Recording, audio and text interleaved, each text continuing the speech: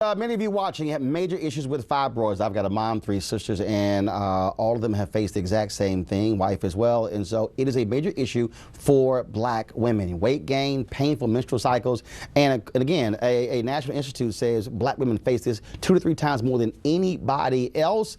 So the real issue is what's causing it. Also, how do you get through it? Well, our next guest, author Jessie Thompson, she did that and shared her story and the stories of many others in her book, Hope Beyond Fibroids, Stories of Miracle Babies and the Journey to Motherhood. She joins us right now. And Jessie, the reason it's interesting to say Miracle Babies, because my cousin, Perdita Chavez, actually wrote a story. Her baby is called Miracle, and she's also in the book. Isn't that crazy? Yeah, it's crazy. It's a small world. You know, I love to begin sharing my story with an excerpt from the book, and it says that our miracle baby, Nia, was once the tear streaming down her daddy's face as he sat alone in his car waiting for the DNC to remove the remains of the sibling she'll never know. She was once the words of my pain-consumed heart uttered as I rocked on my knees asking for a miracle. She was the subject of our prayers every holiday for 10 years when our family linked hands to pray and say, next year there'll be one more. She was that awkward silence that between all of us, because for 10 years, things remained the same. Nia was once nothing more than the unyielding hope. Well, the crazy thing about this is doctors don't understand, frankly, where they come from and why are black women affected more than anybody else. No, you know, and that's actually why we're fighting. You know, I'm wearing white, and I said, teased that you're wearing white too. And that is a total accident. There's no Pete and repeat thing happening here. No, I'm on the board of a nonprofit 501c3 called the White Dress Project, and we wear white to empower women. You know, to wear white, because the truth is you can't wear white when you have fibroids because of the symptoms like heavy bleeding and just the weight gain, the bloating. And the truth is, you know, right now we're actually petitioning the White House to make July Fibroids Awareness Month nationally so that we can get to the bottom of making it a health agenda for corporations and medical institutions so that we can actually get legislation around it and help to fund research to get to the bottom of those issues, because it's really treated like a headache. It's something that's a widespread epidemic. It affects over 80% of African American women by age 50. I personally had to suffer through 14 years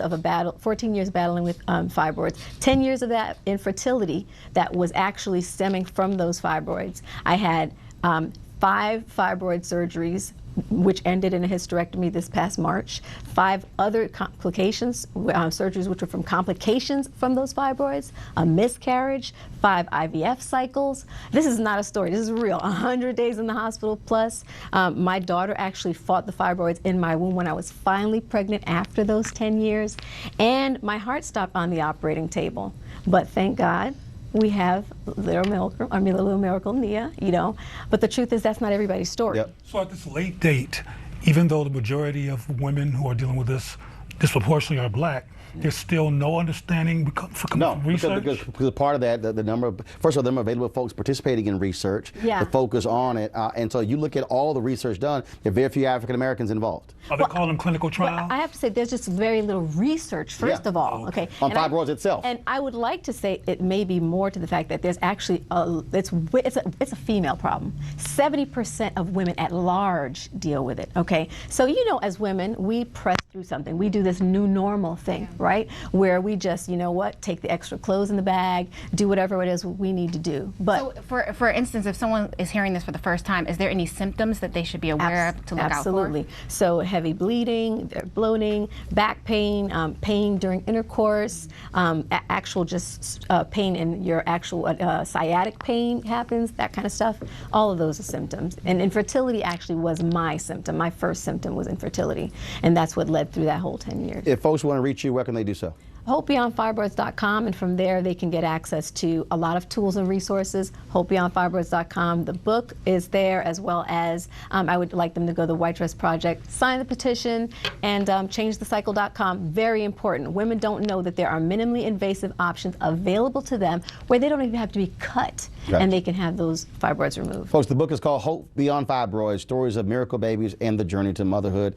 Jessie Thompson, we appreciate it. Thanks a bunch. Thank you for having me. All right, folks.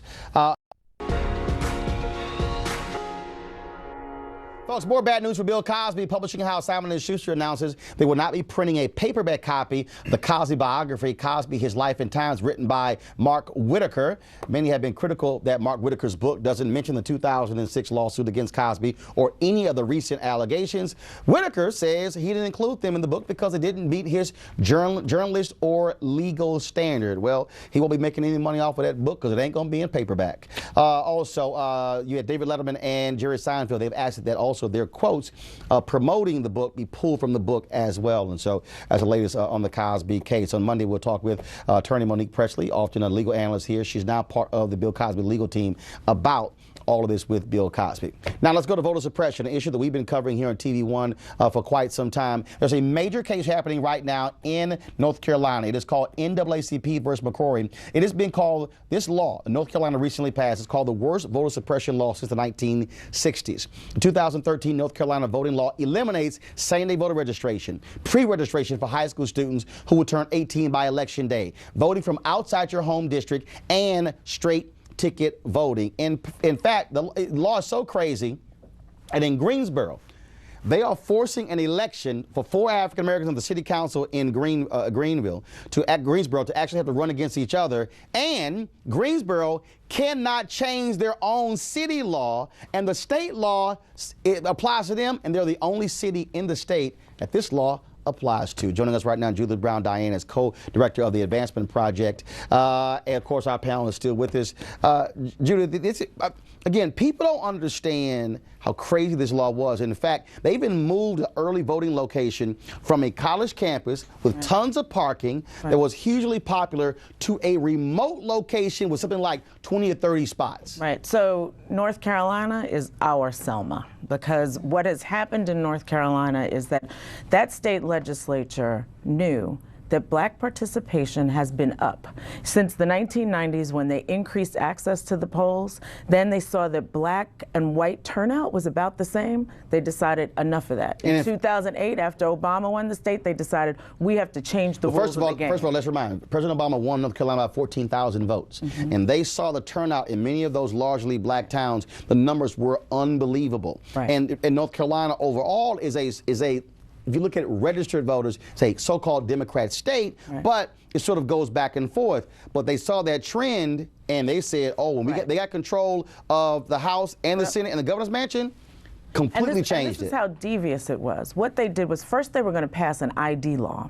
And then what happened was they waited for the Supreme Court to strike the Voting Rights Act, part of the Voting Rights Act. And then that was the piece that would require any law to go before the Department of Justice, pre-clearance. And they waited for the Supreme Court to decide that case. And then they said, okay, Section 5 and Section 4 don't apply. Now we're going to pass this law that's going to suppress the vote. And so they waited, and then they did this backroom deals to get this done. No public hearings. They did it in the last 3 days of the session. So part of what Advancement Project's doing in this case is proving up that there was motive, that this was really all about making sure that black people can't vote. You both referred to a they who are doing this. Who was this they? They are the Republican-led legislature of North Carolina. You have Republicans who control the House, the Senate, and the governor's mansion. Right, and what happened was they couldn't pass the voter ID law when there was a Democrat as the governor, so they waited, they got a Republican, and then they started moving what we call the monster voter suppression law. And Jameer, remember, it was Colin Powell, when he was invited to North Carolina by the Republican governor,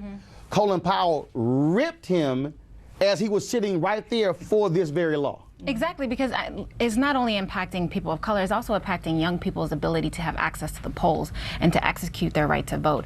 And so I think when we look at how laws across the country, not just in North Carolina, are impacting that ability, it really strikes at the opportunity to have a clear democracy across the board. And Ray, in this case, even the whole issue with 18, North Carolina was seen as a shining example of trying to introduce the next generation to voting, civics lessons being taught. You can register beforehand. They said, no, forget that. We're going to whack everybody. And you're right. It's not just African Americans, to your point. You got young folks. This also targets young whites in that particular state as well, not just African Americans. And I wanted to bring a question to Judith, just playing devil's advocate. I was having a conversation on Capitol Hill with a conservative consultant. You the devil or the advocate? We'll see. Okay. And so during that conversation, they were saying this isn't racist, this isn't attacking racism, it's more of a political act. So they don't care whether that's black people. They're trying to reduce Democrat vote. Here's the deal. That legislature asked for the data about the impact of the law before they passed it. And they had before them how many African Americans used early voting. 70% of African Americans used early voting. And they said, you know what? Let's do a political calculation. We're getting rid of that. And why are we getting rid of it? Because we don't want them to participate. So this, I mean, this is all absolutely right. Exactly. I want to be clear. And black folks. And remember, and that's why I wanted you to say the data point, so that way folks couldn't say that. And remember, to everybody who's watching, you're seeing increasing numbers of black folks moving back south, quality of living, family cost of living, and so you're seeing increasing numbers of black folks in North Carolina, in Georgia, in those states. And the thing is, folks need to understand that what is happening in the South is we're seeing that demographic shift. We're seeing an increase in Latino voters also, and what is happening is that this is the last stand of the Confederacy. Gotcha. We saw the flag come down, but they're going to take away our power. It's important to note that, this is why local elections are so important. We can't just vote for president. We also have to vote for our city council and our state election, because otherwise you have these individuals who are putting laws that block you from voting for Absolutely, and we've been pushing that for the last 5 years on this network. Trials going on. How much longer is it going to last? Probably another week. Okay. All right, Judith, we appreciate it. We'll keep watching. Thanks so much. Folks, guess what? Ferguson got a new black police chief. 50-year-old Andre Anderson has been tapped to build trust within the community in the wake of the unrest triggered last year by the shooting death of Michael Brown.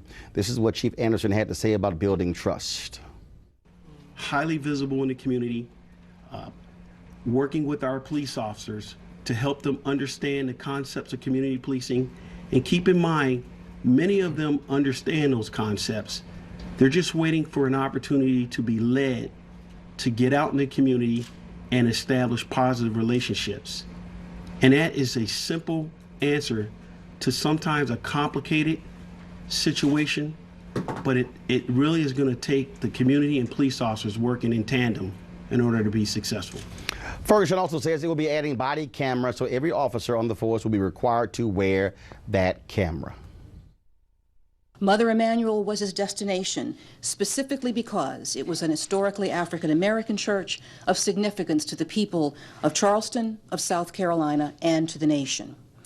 On that summer evening, Dylan Roof found his targets, African-Americans engaged in worship.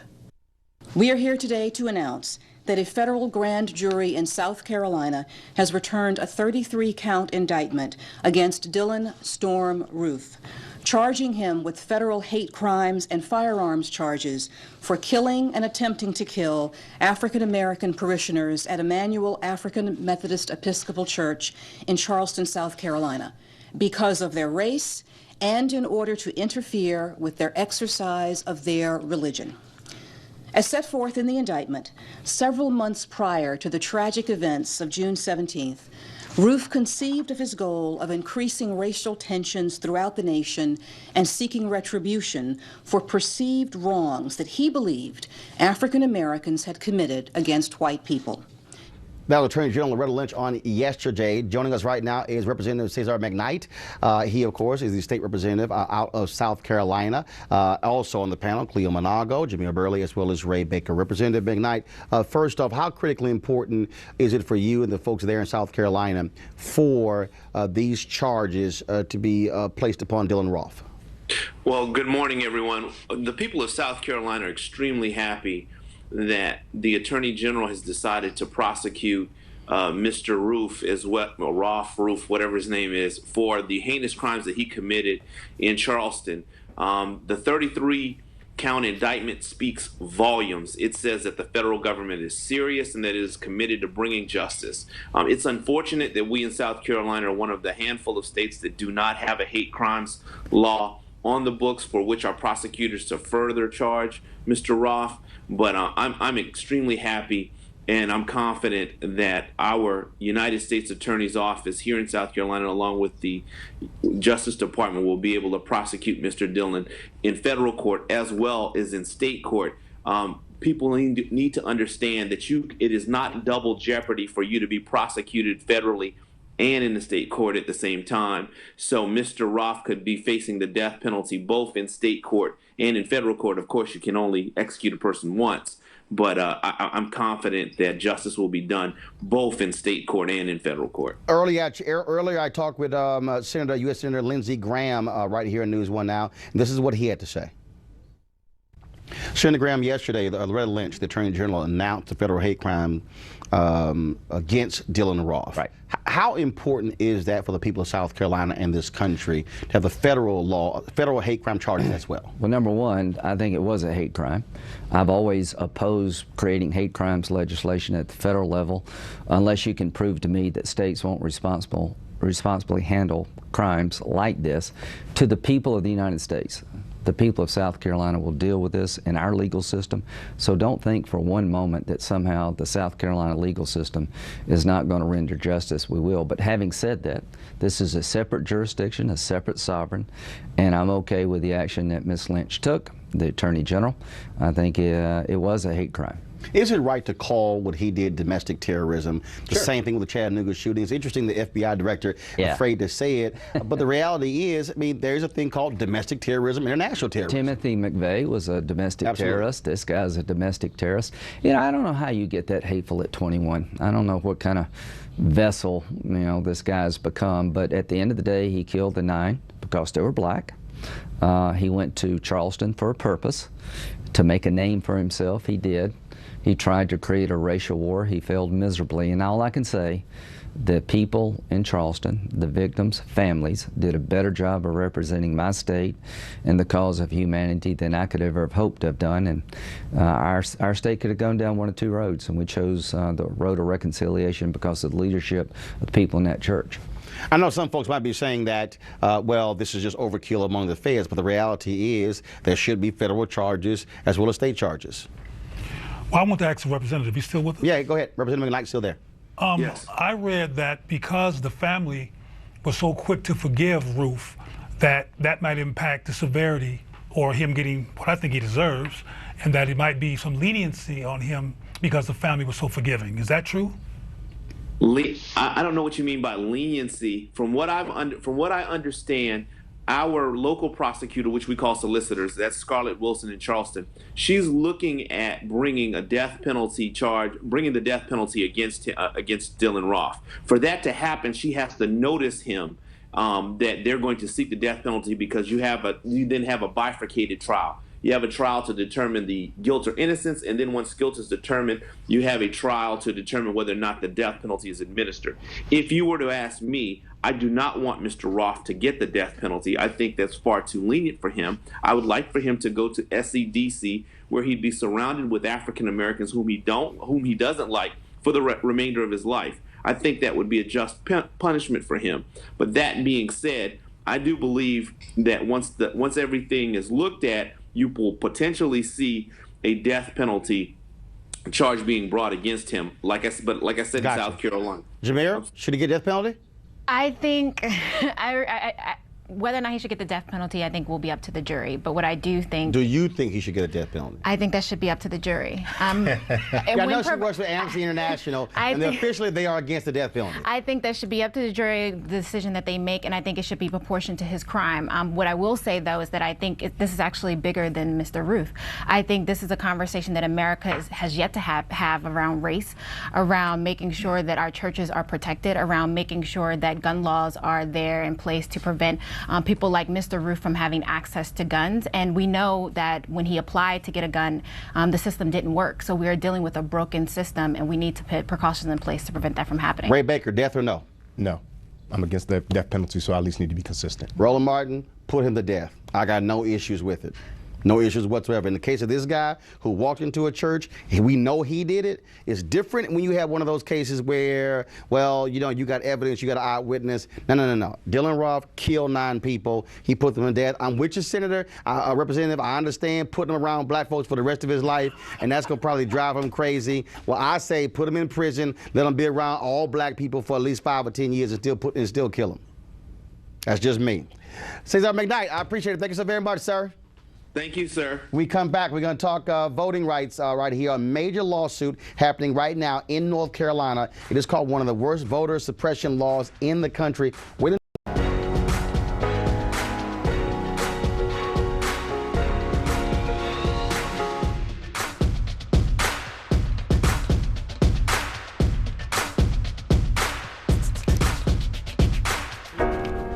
Folks, since she died in jail last Monday, we've been covering the Sandra Bland case, and it has all kinds of twists and turns. Yesterday, of course, we had the dash cam video that was released. Now, it's a new development. Now, prosecutors there have asked the family to preserve the body of Sandra Bland in order for there to be later testing. Kenan Lambert, the family attorney, I talked to him about an hour ago, told me that they sent him a text saying that it's time for them to preserve the body. Here's the problem. The autopsy by the state was done last Friday. They released the body on Friday. On Saturday, the independent autopsy was done at 9 a.m. in Houston. The body was then flown yesterday back to Chicago. Then all of a sudden, they get this text message late last night saying preserve the body because supposedly there was marijuana in her system. Well, Kenan Lambert says it's not going to happen. They're going forward with the funeral for Sandra Bland on Saturday. They said because it's time to preserve some dignity for Sandra Bland. But in addition to that, now folks in Texas are saying that she said that she admitted to trying to kill herself. The jail forms that she filled out, they said that she said in the last year she tried to commit suicide, but then another form said she didn't try to commit suicide.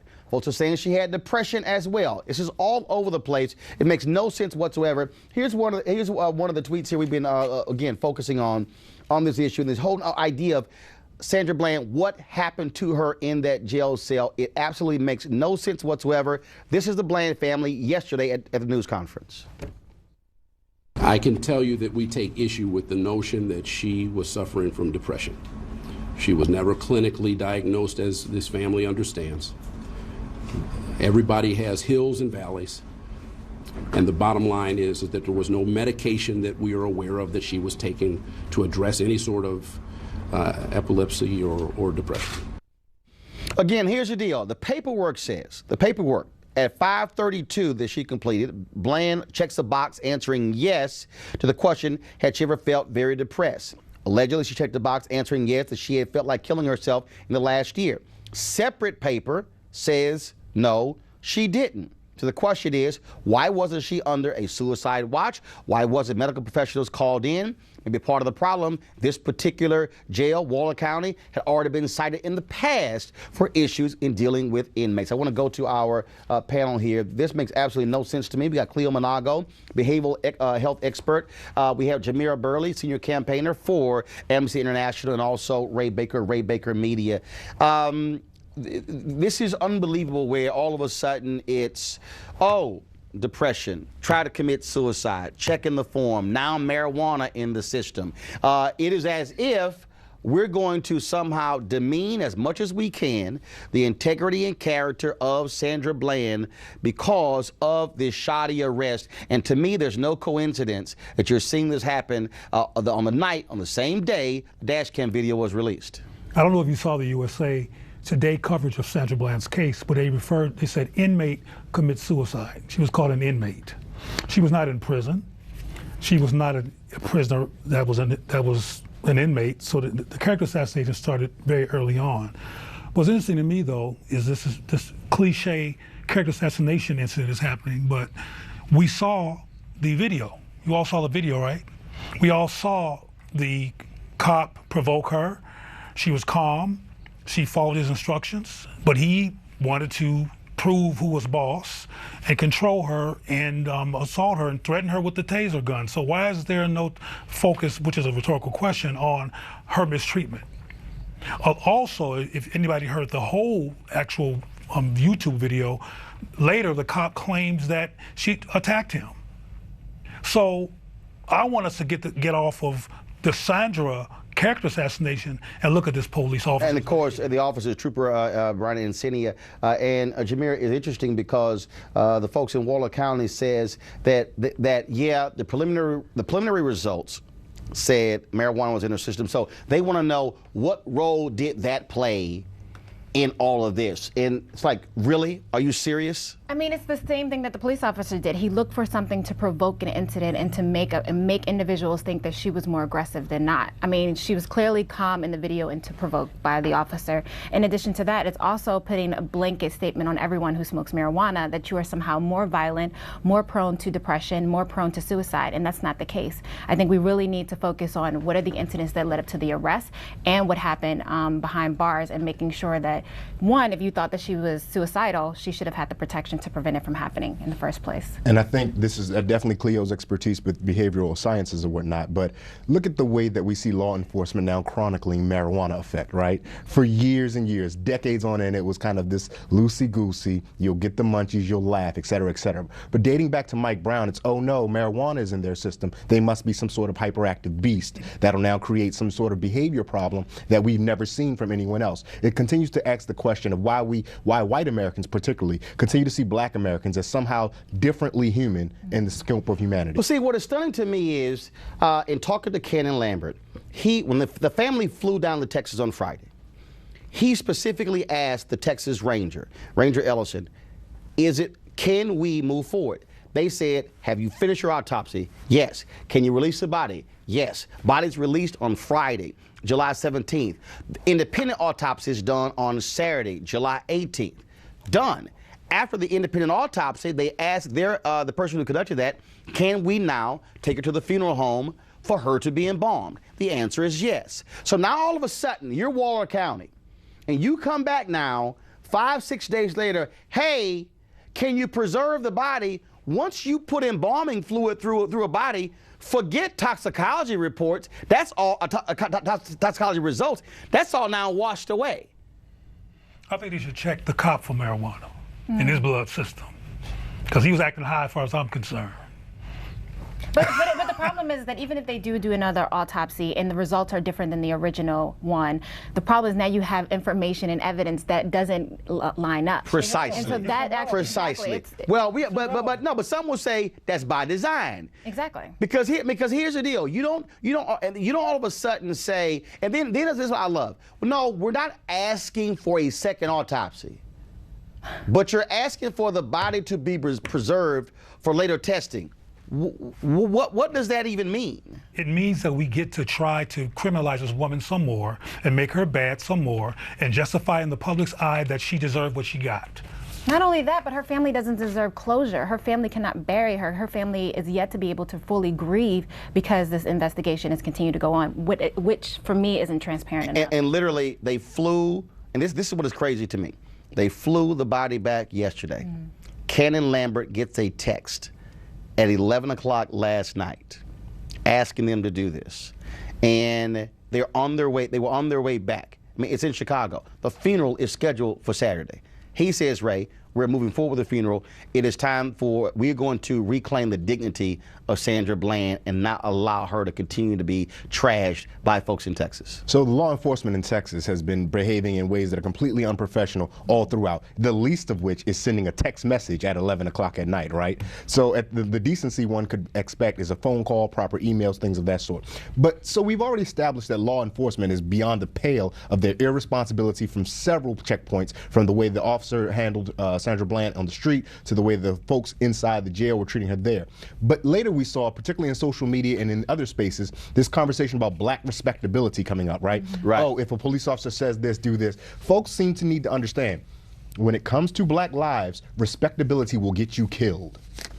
Well, unequivocally. Well, we've seen black folks killed in suits, so that doesn't necessarily mean anything there. Also, folks, there was a lot of discussion on social media about the video, whether it was doctored, whether the Texas Department of Public Safety said there was a glitch in the uploading of that video. They've since uploaded the video back on YouTube and doesn't have the glitches in it. And again, they answered that question. Now, a lot of people who are talking about that, and so a new video has been posted by the Texas Department of Public Safety on YouTube.